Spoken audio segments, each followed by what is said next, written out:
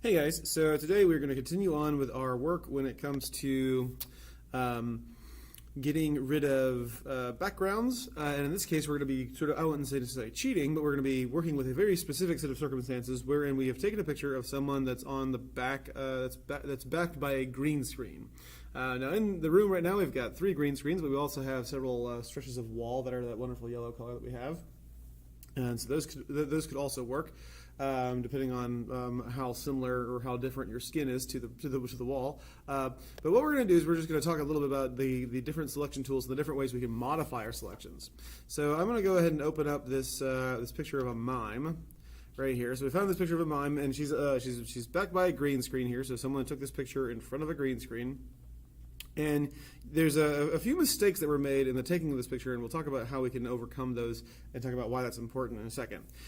So to select this green screen, well, first off, let's go ahead and right-click on our layer here and just make a layer from background. So when we press the eraser tool, we can actually see the sort of and the alpha channel there. And I'm just going to go real quick. It's real simple. Select color range. And you want to make sure that you've got the following things kind of selected here. So you want to make sure that you have sampled colors, right? In which case you're going to sample a color. So in this case I clicked on the white face here, and you notice that all the white that's sort of selected. If I click on the red, her hat and her scarf are selected. If I click on the dark here, her hair and the dark lines are selected, various things like that. And then, but if you click on the green, almost the entire image is selected. And it even selects little bits in between where her arm, kind of pops out from her hips, and, between where her braids meet her neck. So we have this little area selected as well. So in this case, we have various ways of looking at either the selection or the image. In this case, we can see what we have selected. If it's black, that means that it's not selected. If it's white, it means it is selected. And let's take a look here. If I look over here at fuzziness, I think the default is 50, I want to say, or maybe the default's 100. If you have the fuzziness, basically just kind of decides what threshold to place it on. So if it's very, very little fuzziness, then if you have just like the one pixel, the pixels all have different information. If you look over here, that this is a little more yellow than this side, so it's going to start selecting various things. You see that little pocket over there that's not selected. But if you can kind of increase the fuzziness up until about 100, that'll be good to select everything that we want. All right, and once you've selected that, you press OK. And you'll see that we have the marching ants all around. Now, if I just press delete, something weird happens. I'm just going to Control D real quick, deselect here, and I'm going to press Z on the keyboard and zoom in. You'll notice a couple things. First off, we have this little green stripe that goes around the shoulders of the mime here, but also it's not very anti-aliased. And remember, anti-aliasing is where we have the sort of gradient that sort of reduces in opacity the various colors, so it doesn't have a very jagged edge. Here, this has a very jagged edge. It's one of the drawbacks when it comes to using the color select tool.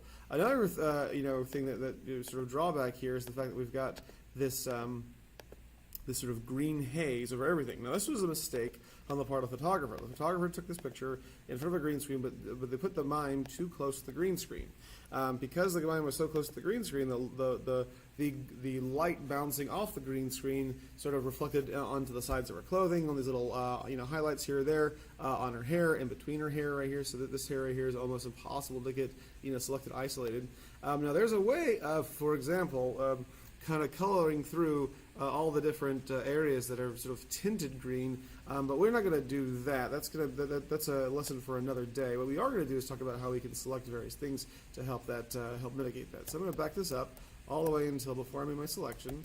So once again, I'm back here with nothing selected. I'm going to go to, once again, select color range. I'll make sure I have chosen my color range right. I'll press OK. And then what I'm going to do is I'm going to modify this by going to Select and Modify. And the first thing I'm going to do is I'm going to expand my selection by about 5 pixels. If I were to get real close here, so we can get close to it, I'll just press cancel for just a second here. I'm going to get real close to, say, her hat here.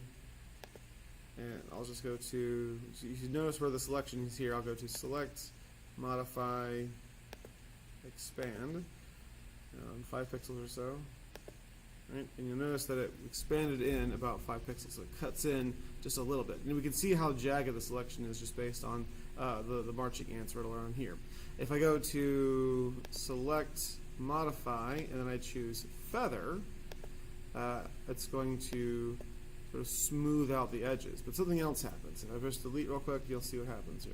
You'll see that there's a bit of a blur on the edge. So I think I might have cut a bit too much out. So I'm going to back this up until before I do the expansion. So I'm going to go select, modify, expand by about 2 pixels instead of 5. And then I'm going to also select, modify, and feather by about 2 pixels as well, which should smooth everything out. Press delete, and that looks about right. Hello. All right, so let's just back this up.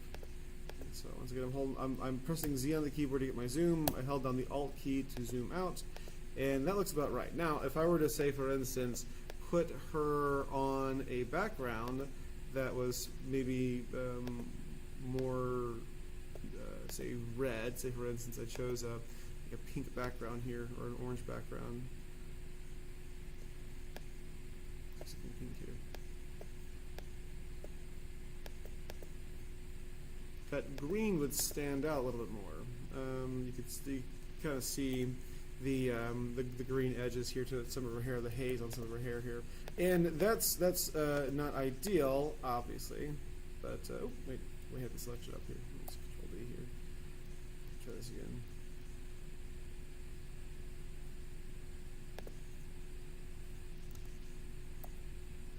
There we go. All right, but we can see the green kind of stands out a bit more against the pink background. So what we want to do is with this is we just want to leave the background blank and just have this saved as a PNG. So go ahead and go File, Save As, and call it a PNG here. It's PNG, and we'll just call it mime. I'll say lobello.png. And so when we see it next, we'll be able to view it as just the mime without the background. So now, once you get done with this, your next task will be to take a photograph of your partner, who's going to be standing either in front of a green screen or in front of a blank background that you can then kind of cut out using the color select tool. So get this submitted to D2L, and then find also the camera from the closet and find a green screen. There's one in the closet. There's 2 on the different studios, and of course you can find any blank search of wall here in the class that you can use for that as well. All right, very cool. Cannot wait to see you guys produce.